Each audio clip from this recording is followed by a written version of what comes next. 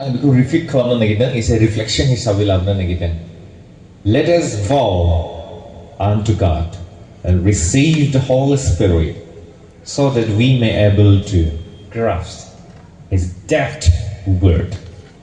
जोङो इसोरनि सिगाङाव गंग्लायनानै बिनि गोथार जिउनि सुफुंजानायखौ हास्थायनि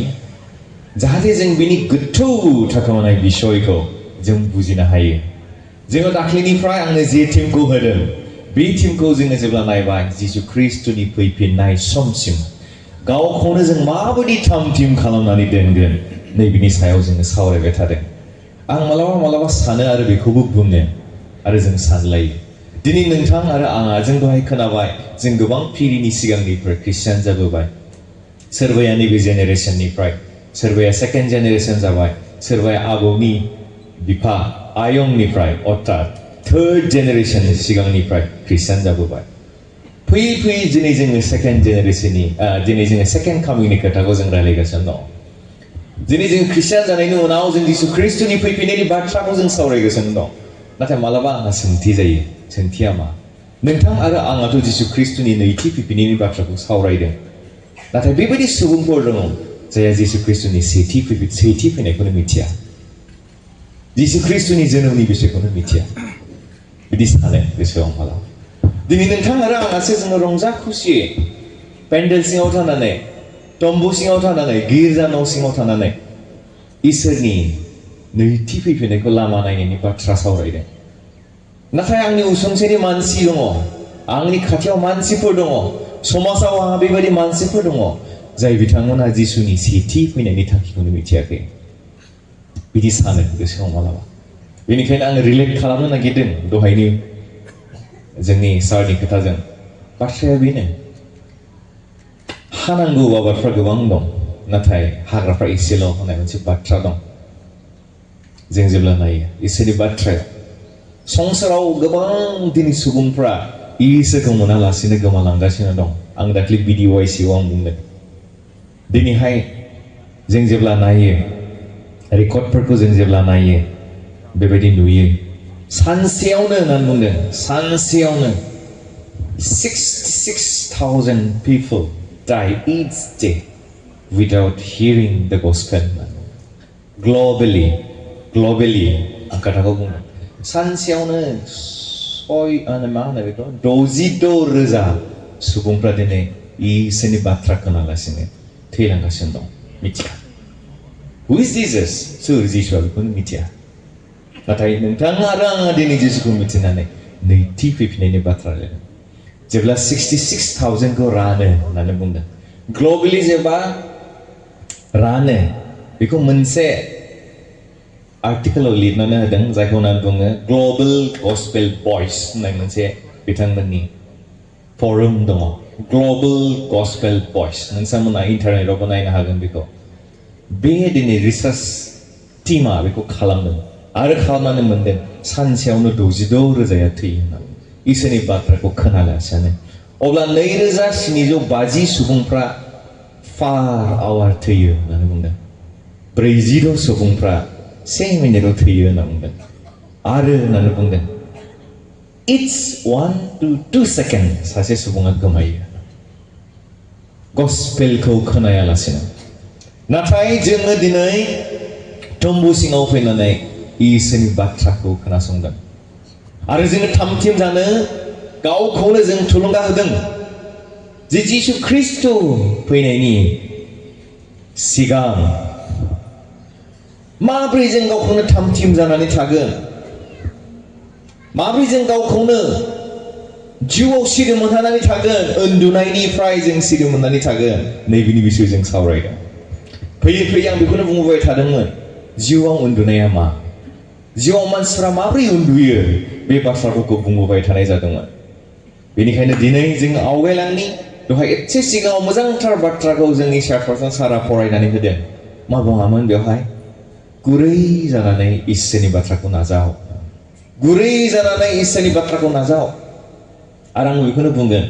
आंबो जों बयबो इसोरा जे बाथ्राखौ होनो नागिरदों जों दद्र जानानै इसोरनि बाथ्राखौ नाजावदिनि. जोबनाय समनि खोथाखौ जों एसे साननांगोन. जों बुंबाय थादों बै समा जेब्ला फैयो जोबनाय समा जेब्ला फैयो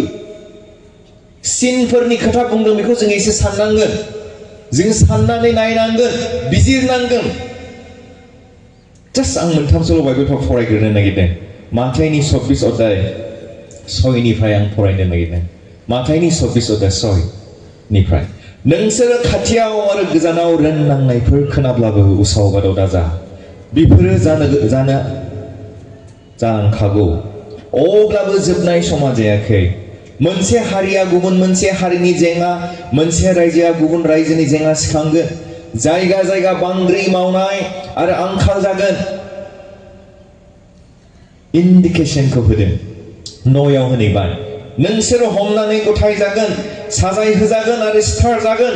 आंनि मुङै नोंसोरो हारि मानिजोंनो मुगै जागोन बे समाव गोबाङानो फोथायनाय गैयै जागोन बिसोरो गावजों गाव बिसोरनि आखायाव गथायज्लायगोन आरो मुगैज्लायगोन गोबां नंखाय नाबिफोर ओंखारगोन आरो इनाया बुंनायखाय बांनायखाय होनना बुंदों गोबां मानसिनि सायाव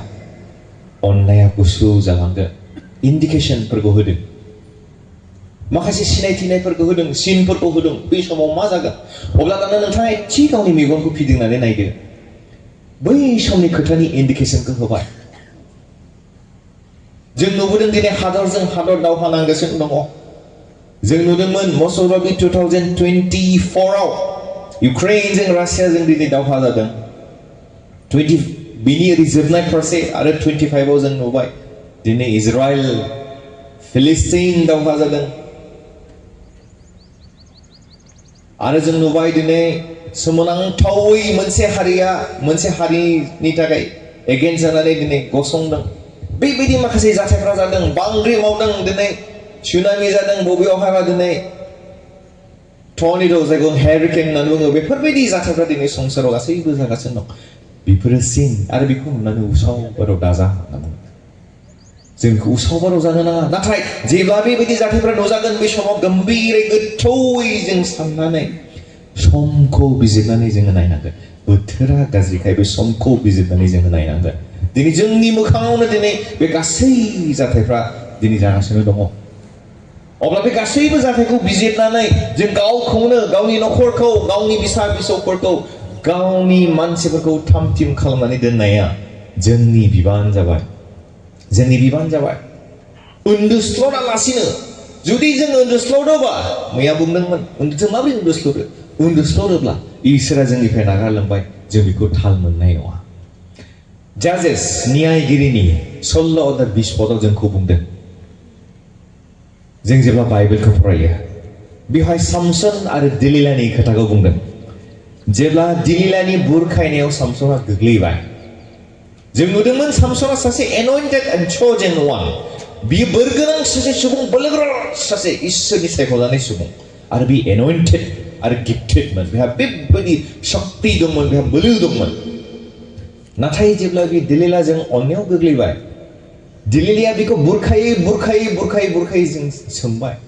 खेबथाम सोंनायावबो खोथायाखै जोबथारनायाव बे जेब्ला सोंबाय होमबा नों आंखौ अननाया नोंनि गोसोजों खुगाजों बुंनाया बे नंखायसोना जुदि नों आंखौ थारैनो अनोब्ला नों मानो आंखौ फोलाबाय थाखो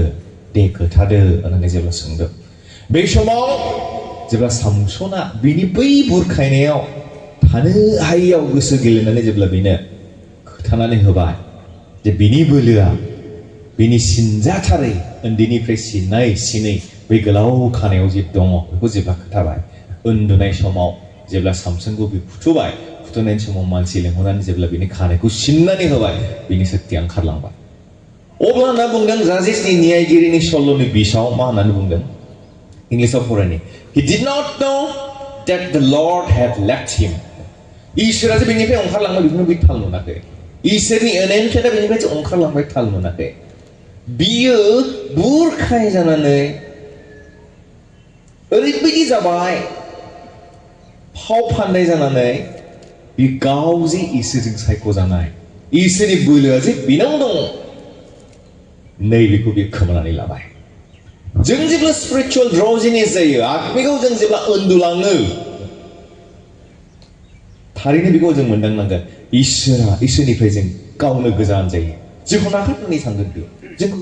माबा मोनसे जोङो गोरोन्थि खालामदों जोंखौ नागारनानै थांगोन बे गोसो जायो हाबनो नाथाय बे हाबनो हानाय नङा जिउआ जोंनाव खामानि गोसो जायो जिउआ खामानि मावनो हानाय नङा जों जेब्ला नायो जेसायानि 59नि 1 आरो 2आव होनदों इसोर खाना नङा बे नुनो हायो इसोरा बेंगा नङा बे खोनानोबो हायो बे थसा नङा बुंनोबो हायो नाथाय नोंसोरनि अपराध मावनायासो बिनि मोखांखौ एसेग्राब फांथेबाय अर्थात जों जेब्ला अपराध मावबाय बिनि बिरुद्धै जों जाबाय बिनि जेंनाजों जाबाय बे जोंनियाव थानो हास्थायब्लाबो बिनि जिउआ जोंनियाव खामानि मावनो हास्थायब्लाबो बे मावनो हायै जाबाय अर्थात बे जोंखौ ओंखारनानै थांबाय नैबे ओंखारनायखौ जों थाल मोनस्लाबनाय नङा जेरखम सामसननिफ्राय इसोरनि बोलोआ ओंखारनानै थांबाय बेखौ थाल मोनाखै ओंखायनो न्यायगिरिनि सल'नि बिसयाव एकदम सिदा बुंदों he did not know that the Lord had left him इसोरा जे बिनिफ्राय ओंखारलांदोंमोन बेखौ थाल मोनाखै होनना बुंदों बेनिफ्राय बुंनो नागिरदों spiritual sleep doesn't announce God's departure इसोरा आत्मिक उन्दुलांस्लबनाया इसोरा जे जोंनिफ्राय गोजान जालाङो बेखौ जों थाल मोनस्लाबला बेखौ जों थाल मोना होननांगौ बेनिखायनो मैया बुंदोंमोन मालाबा समाव जों थाल थालांगोन जोंनि देहाया जिउनि एगेन्स्टआव खामानि मावो गोबां बेबायदि नुदों सानसे समाव इसोरा गिफ्ट होदों मोनसे समाव इसोरा गिफ्ट होदों नाथाय बे गिफ्टआनो बे गिफ्टखौहाय सैताना मिसलिड खालामनानै मा खालामदों बे गिफ्टआनो बेखौहाय फावआव खोख्लैदों गोबां समाव आं बुंबाय थादों मैया दाख्लैफोरबो बुंदों जोङो नुयो दिनै मेरिलिन मनर' मोननि खोथाखौ जों गोबां समाव सावरायबोदों सेलेना मोननि खोथाफोरखौहाय जों खोनाबोदों बार्नार्ड श' मोननि खोथाफोरखौ जों नायबोदों बिथांमोननि टेस्टिमनिखौ जों जेब्ला गोसोखाङो दिनै मेरिलिननो जों खोनाबाय सासे एक्चुअलि हलिउड सिंगार जायानाखि गिफ्टेड सासे सुबुं भकेलिस्ट मेथाइ रोजाबग्रा गोदै गारां जों खोनायो जानो हागौ नोंथांमोनाबो खोनाबाय होमबाबो जास्ट एसे रिफ्लेक्सन लाबोनो हास्थायदों एफा मोजां गिफ्टखौ मोनबाय जों नुदों दिनैहाय 19th सेन्चुरियाव जों जेब्ला नायो जेब्ला आमेरिकायाव मोनसे स्पिरिचुअल रिभाइभेल जादों सोरनि गेजेरजों बिली ग्राहाम्सनि गेजेरजों जेब्ला स्पिरिचुअल रिभाइभेला सोलिबाय थादों बे समाव बिली ग्राहाम्सनि क्रुसेडनि खाथियावहाय मेरिलिन मनर'निबो मोनसे प्रग्राम सोलिबाय थादों बे प्रग्राम सोलिबाय थानायावहाय इसोरनि जिउआ बिली ग्राहामखौ बुंबाय थांदो थांनानै मेरिलिनखौ लोगो हमहैदो अब्ला बे थांनानै ग्रिन रुमाव आलासि जिरायग्रा रुमाव थांनानै बे सिंगारखौ लोगो हमनो सेस्था खालामदों जेब्ला सेस्था खालामदों माने टाइम गैया बेहा बेखौ लोगो हमनायनि नाथाय बेनो मोनसे मेसेजखौ होनानै बियो फैदों मेसेजआ बेबायदि मेरिलिन जाय बोरखौ नोंथाङा मोनबाय मेथाइ खननो हानाय बेखौ इसोरासो होदों दे नोंथाङा दिनै संसाराव गोबां सम होबाय नाथाय इसोरनो समखौ हो आरो इसोरनि लागै नोंथांनि बे गिफ्टखौ बाहाय बे मेसेजखौ बेनो होना फैदों अब्ला मेरिलिना बुंदों नोंनि इसोरनि थाखाय होनना बुंदों नोंथांनि इसोरनि थाखाय आंहा सम गैया जेब्ला बेबो खोथाखौ बुङो जों मिथिया जेखि जाया आं मा बुंनो नागिरदों दानिया बिनि एसेल' समावनो बिनि एसे समनि उनावनो बेखौ गावनि न'आवनो थैनानै थानाय मोनदों आरो बे ओरैबायदि गाज्रि कन्डिशनाव थैदों बे एडिक्टेड बुंनो नागिरो गोबां माबाफ्रा लेब फाइन्डिंसफ्रा बुङो दस्रा रोखोमनि बे थैदों आरो गाज्रि रोखोमै थैदों सोर थैहोदों बेखौ जों बुंनो थाङाखै नाथाय इसोरनि एगेन्स्ट जानाया बेसे गिथावथाव इसोरनि जेंना जानाया बेसे गिथावथाव नायदो बे टेलेन्टआनो दिनै बेखौहाय थैनायाव खोख्लैलांबाय खबरदार बेनिखायनो गोबां समाव बुङो जोंनि दामग्रा देग्रा जोंनि रोजाबफ्राबो गोबां समाव मोजां मेथाइफोर खननो हायो आङो सिद्दा बुङो आंनि मण्डलियाव सोरबा दुखु मोनो बिदिखौहाय बा गाज्रिबो मोनो खोमा आं सानो आं बुङो जाय गिफ्टखौ दिनै नोंथाङा मोनबाय जे गुस्थिजों नोंथाङा रोजाबो बेखौ सैतानखौ बाख्नायनाय मेथाइखौ माब्लाबाबो दा रोजाब माब्लाबाबो दाथां मैया जोंनि आलासिफ्राबो बुंदों गोसोआव ला नोंथाङा टेलेन्ट दं नाथाय बे टेलेन्टखौ गुबुना बाहायहैगोन जाय टेलेन्टखौ दिनै इसोरा होदोंमोन दिनै बेफोरबायदि रोखोमै जोङो उन्दुलांस्ल'दों जों उन्दुलांस्ल'दो बे बिषयखौ जोङो थाल लानि दा बेनिखायनो नैबे बोथोरफोरखौ गासैखौबो नायनानै जों गावखौ हमदांनानै नायनि मैयानो गावखौ बिजिरनानै नायनि गावनि न'खरखौ बिजिरनानै नायनि गावनि जिबनखौ बिजिरनानै नायनि गावनि मण्डलिखौ जों बिजिरनानै नायनि